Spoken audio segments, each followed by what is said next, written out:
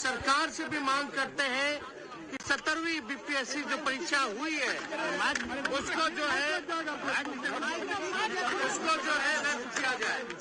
अरे कौन है यह गुनाहगार जो बिहार में प्रश्न पत्र लीक होने की बात कह करके बिहार के नौजवानों के जीवन के साथ खिलवाड़ कर रहा है?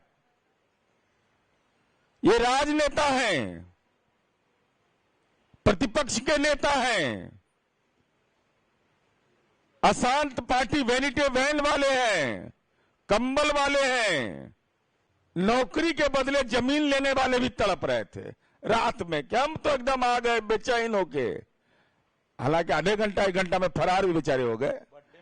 बर्थडे में जा रहे तो वही रास्ता में पड़ा था, ये देखे कि हम बोनी करिए दें। तो जरा दीजिए तेजस्वी यादव जी, आपने यह कहा है परीक्षा पेपर लीक हुआ है, इस वीडियो में है, तो अगर लीक हुआ तो उसका साक्ष्य क्यों नहीं दिया? आप हाई कोर्ट में इंटरवेनर क्यों नहीं बने? जमानत के लिए कोर्ट जाइएगा, इन बच्चों के भविष्य के लिए नहीं जाइएगा। आई कोचिंग संचालक साहब क्यों नहीं हाई कोर्ट में हस्तक्षेप किया? इंटरवेनर क्यों नहीं बने? अपनी संस्था के माध्यम से क्यों नहीं बने? हम ये जानना चाहते हैं आपसे। नमस्कार, आप लाइव सिटीज देख रहे हैं। आपके साथ मैं हूं Wasim Khan. BPSC paper leak नहीं हुआ है। देखिए, साजिश रची गई है और कोचिंग संचालकों को लीगल नोटिस। अब तक जवाब नहीं। मुख्यमंत्री नीतीश कुमार की किसी से बात नहीं हुई है। देखिए, हाई कोर्ट में इंटरवेनर नहीं बने।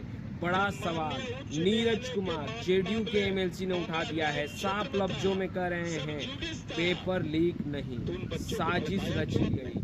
सबसे पहले आप जेडीयू एमएलसी नीरज कुमार को सुनिए, अभ्यर्थियों को लेकर क्या कुछ कर रहे हैं, और नेता प्रतिपक्ष तेजस्वी यादव के साथ साथ प्रशांत किशोर पर खूब गर्जे। हम केवल नेताजी का चरित्र दिखाना चाहते हैं। ये नेता सब जो है, आजकल बहुत तरह के नेता बन रहे हैं। वैनिटी वैन वाले हैं, लाठी हमारे शरीर पर पड़ेगा, तमिलनाडु में वर्षा के लिए पहुंच गए कि बरसात कुछ हो जाए। जीवन और क्या क्या नहीं कहा गया वो बाद में बताएंगे। पहले जरा ये वीडियो देख लीजिए सब लोग।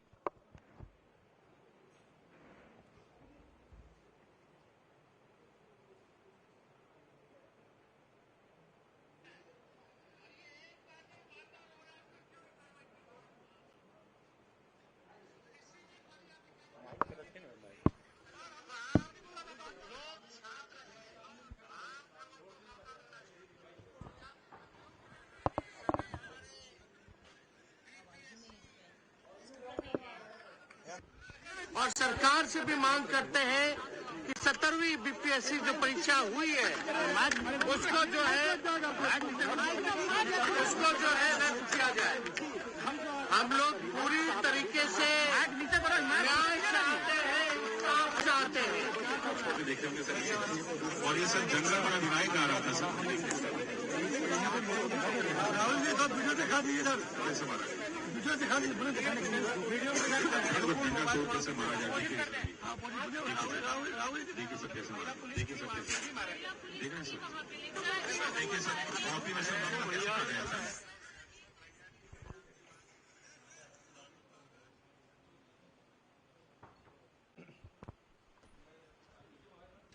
अब इन तमाम नेताओं का चरित्र देख लीजिए।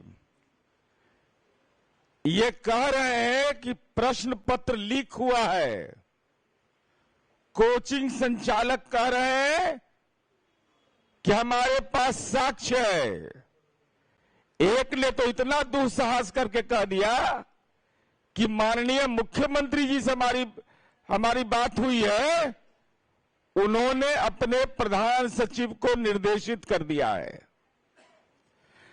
अरे कौन है यह गुनाहगार जो बिहार में प्रश्न पत्र लीक होने की बात कह करके बिहार के नौजवानों के जीवन के साथ खिलवाड़ कर रहा है?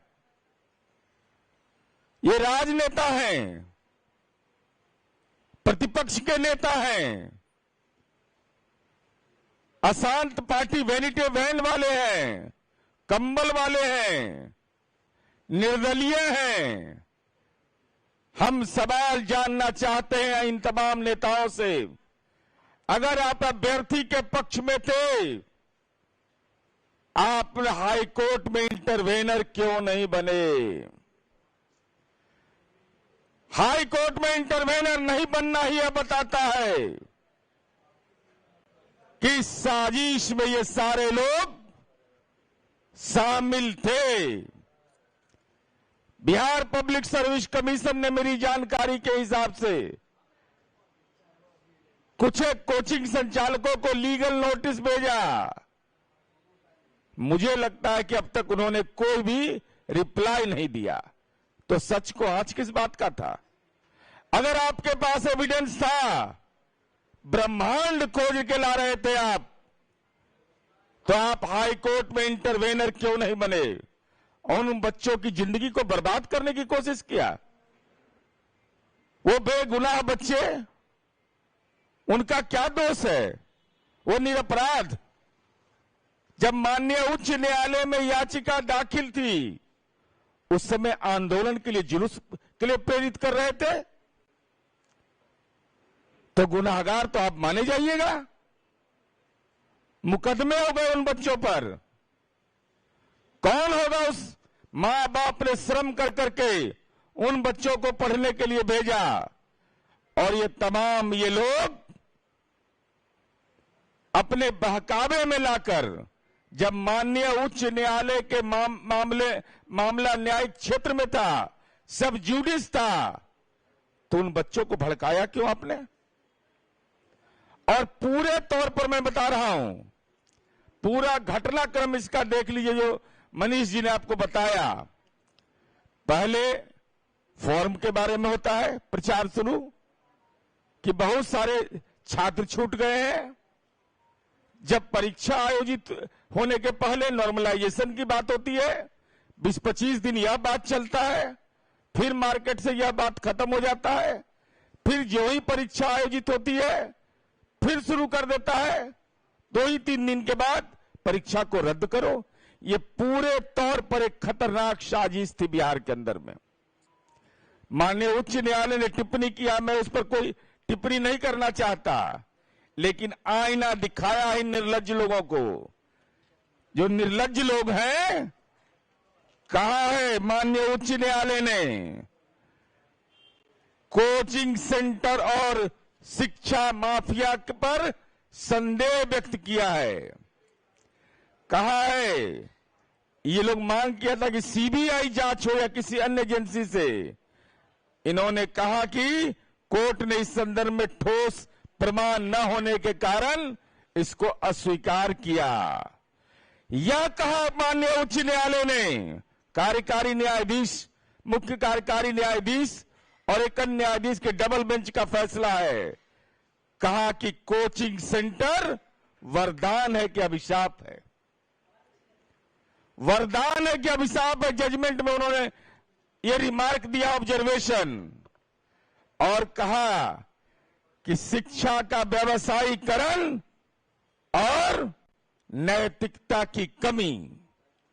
ये माननीय उच्च न्यायालय बोल रहा है, एक कोचिंग सेंटर वाला ही पड़ाका सब जो है उसके बारे में, जो कह रहे थे, बच्चों को भड़का रहे थे, और कहा कि कोर्ट ने कोचिंग सेंटरों को अधिक जिम्मेदार बनने की सलाह दिया।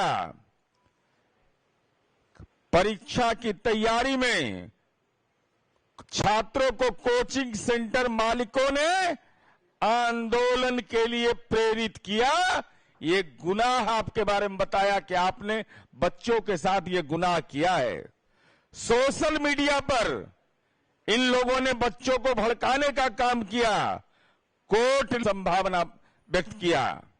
कोर्ट ने कहा कि परीक्षा के सामान्यीकरण के छात्रों को आंदोलन में शामिल किया गया। कोचिंग सेंटरों ने अधिक लाभ कमाने की मंशा से, रुपया कमाने के लिए इस आंदोलन का समर्थन किया, और वह मीडिया 17वीं बीपीएससी पीटी परीक्षा को दोबारा कक्षा को दोबारा कराने की मांग को अस्वीकार कर दिया कि आप आंदोलन से दूर रहकर अपनी तैयारी पर ध्यान दीजिए। भ्रांति फैलाकर परीक्षा को रद्द करने का प्रयास किया गया, कराने का। कानूनी सहायता दिया उन बच्चों को, वो कानूनी सहायता दिया उन बच्चों को। वो गरीब के बच्चे अगर जेल की सलाखों तक गए, जमानत मूव किया,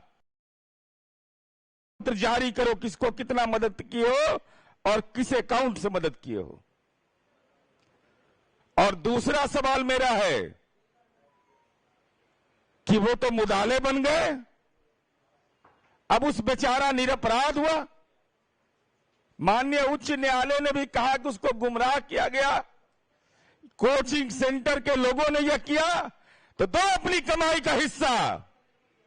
जो तुम्हारे पास दौलत है बेशुमार आपके पास, उस दौलत में से उन बच्चों को हिस्सेदारी दीजिए।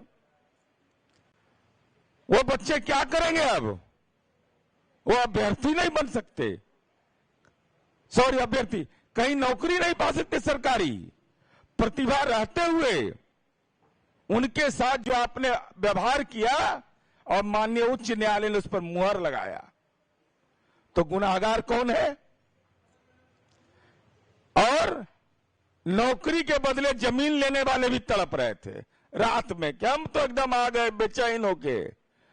हालांकि आधे घंटा 1 घंटा में फरार भी बेचारे हो गए। हाँ, बर्थडे में जा रहे तो वही रास्ता में पड़ा था, ये देखे कि हम बोनी करिए दें। तो जरा दीजिए तेजस्वी यादव जी, आपने यह कहा है परीक्षा पेपर लीक हुआ है, इस वीडियो में। तो अगर लीक हुआ है तो उसका साक्ष्य क्यों नहीं दिया? आप हाई कोर्ट में इंटरवेनर क्यों नहीं बने? जमानत के लिए कोर्ट जाइएगा, इन बच्चों के भविष्य के लिए नहीं जाइएगा। आई कोचिंग संचालक साहब क्यों नहीं हाई कोर्ट में हस्तक्षेप किया? इंटरवेनर क्यों नहीं बने? अपनी संस्था के माध्यम से क्यों नहीं बने?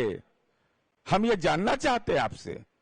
इसलिए पूरे तौर पर माननीय नीतीश कुमार जी और एनडीए की सरकार, नीतीश कुमार जी का मतलब होता है रोजगार, नीतीश कुमार जी का मतलब होता है पारदर्शी तरीके से रोजगार मिलना, कोई भेदभाव नहीं, कोई दलाल और मक्कार नहीं, प्रतिभा के बल पर नौकरी हमने हर पंचायत तक पहुंचा दिया है।